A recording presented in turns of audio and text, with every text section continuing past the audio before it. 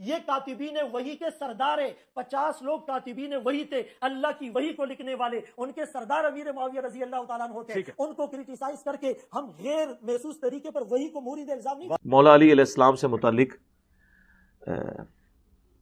5 جھوٹ، یہ ابو داؤد میں حضرت سلمان فارسی سے یہ روایت ہے، تو اس کا میں نے پورا انالیسس کیا کہ یہ اس طریقے سے ایسا نہیں ہے، ورنہ تو مسند احمد میں حدیث ہے، سنن ابی داؤد میں حدیث ہے، حضرت عبداللہ بن عمر بن عاص کہتے ہیں کہ میں نبی صلی اللہ علیہ وآلہ وسلم کی مجلس میں جو کچھ آپ سے سنتا لکھ لیا کرتا تھا۔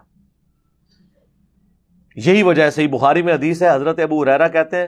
مجھ سے زیادہ اگر کسی کو حدیثیں آتی ہیں تو عبداللہ بن عمر بن عاص کو، کیونکہ میں زبانی یاد رکھتا ہوں اور وہ لکھتے ہیں۔ اور ابو داؤد اور مسند احمد میں ہے کہ وہ کہتے ہیں میں ہر حدیث لکھ لیتا تھا، تو بعض اصحاب نے کہا کہ نبی علیہ السلام کبھی غصے کی عادت میں ہوتے ہیں، تو انسانی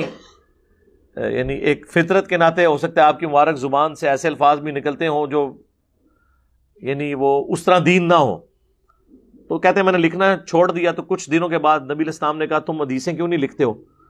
تو آپ نے عرض کیا کہ اس طرح مجھے لوگوں نے منع کیا تھا۔ آپ نے اپنی مبارک زبان پکڑ کے فرمایا اس زبان سے حق کے سوا